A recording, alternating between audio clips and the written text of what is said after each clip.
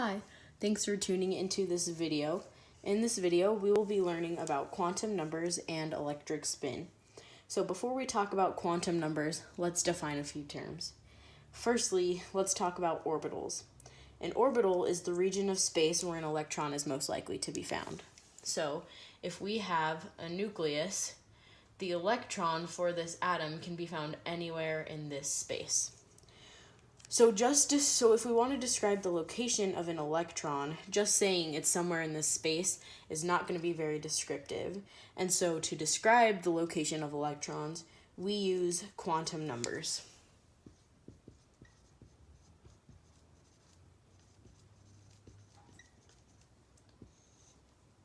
So this is an orbital. So the first quantum number is called the principal quantum number, and it is symbolized by the letter n. N is a positive integer and can be anything from 1, 2, 3, and so on.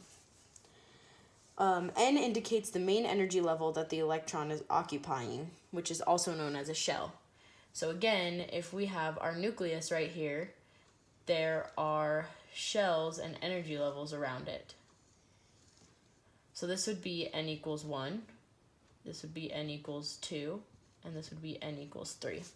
And again, etc. It can go on for as big as the atom is. As n increases, so does the distance of the electron from the nucleus. And as the distance of the electron increases, the energy also increases. And this is also the reverse, where if n decreases, d also decreases, distance does, and then energy decreases as well. So n describes which energy level the electron will be on, and it is any positive integer.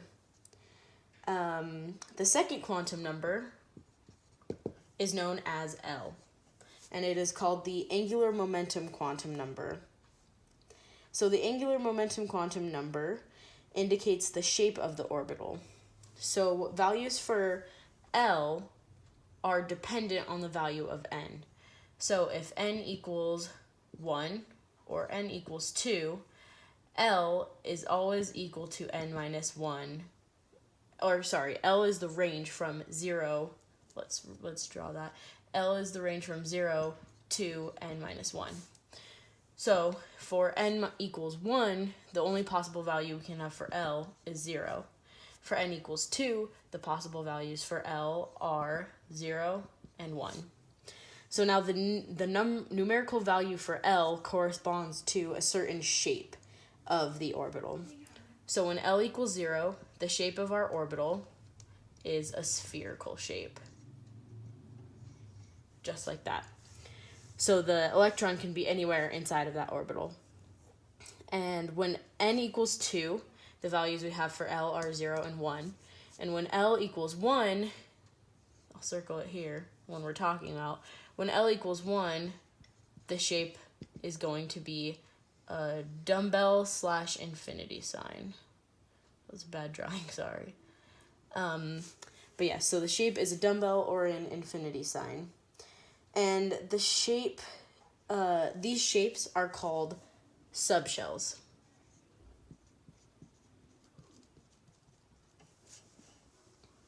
So notice that the number of values for L is equal to the value of n. So if we have n equals 2, the number of possible values for L is 2. Now our third quantum number is going to be known as the magnetic quantum number, symbolized by an m sub L. Now, m sub L indicates the orientation of an orbital around the nucleus. So if we draw this axis right here, think of it as kind of a three-dimensional axis. We have our x, our y-axis, and our z-axis. So m sub L describes the orientation of an orbital around this nucleus right here.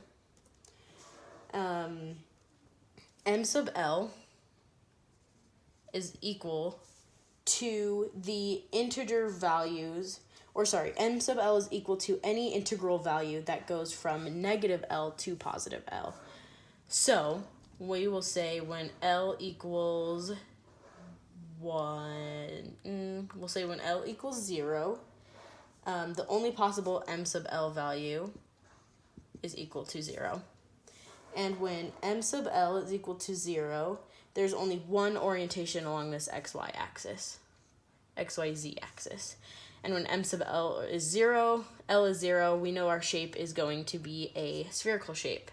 And so this would be the only possible orientation along that axis. So when L equals 1, possible values for M sub L, and we'll write this up here, M sub L values are equivalent to negative L all the way up until positive L. So when L equals 1, possible values for M sub L are going to be negative 1, 0, and positive 1. Now, these numbers indicate the orientation along the axis again, these axes. And so we can have, let's draw 3 of these. We can have an orientation of negative 1.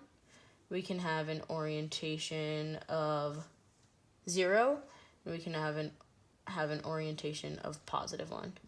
So these are all of the different orientations we can have for M sub L. Now the last quantum number is going to be the spin quantum number. So now we're talking about electron spin. And it is indicated by the letter S. So possible values for electron spin are going to be positive 1/2.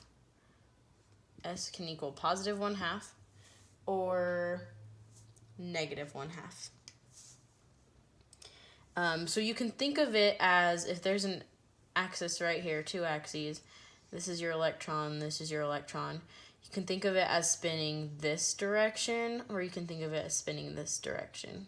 Now, it's not exactly like a top spinning, but you can think of it this way because it helps to visualize it. And so the positive 1/2 is for spin up, and the negative 1/2 is for spin down. Now, one thing I want to highlight is that no 2 electrons can have the same 4 quantum numbers. So every electron will have a different set of quantum numbers, which is helpful because then it can explain the location of an electron. So we can do one last one where let's describe the location. So let's say we are given a set of numbers, n equals 1, let's say n equals 2. And generally when these numbers are written, we can just write them in order. So 2. L will be 1, M sub L will be 0, and our spin will be positive 1/2. So now if this were to be our atom, we can say, okay, this is N, this is L, this is M sub L, and this is S. This isn't S, this is M sub S. M sub S. Okay, so we say N is 2, so our electron is going to be here. It's going to be in an L orbital with the number 1, so it will be in the shape of a dumbbell. And it can be in any of these 3 axes, so we'll just say it's right here on the x-axis. And we know that it has a positive 1/2 spin, so we can draw, if we're drawing this, we can say our spin is going to be up.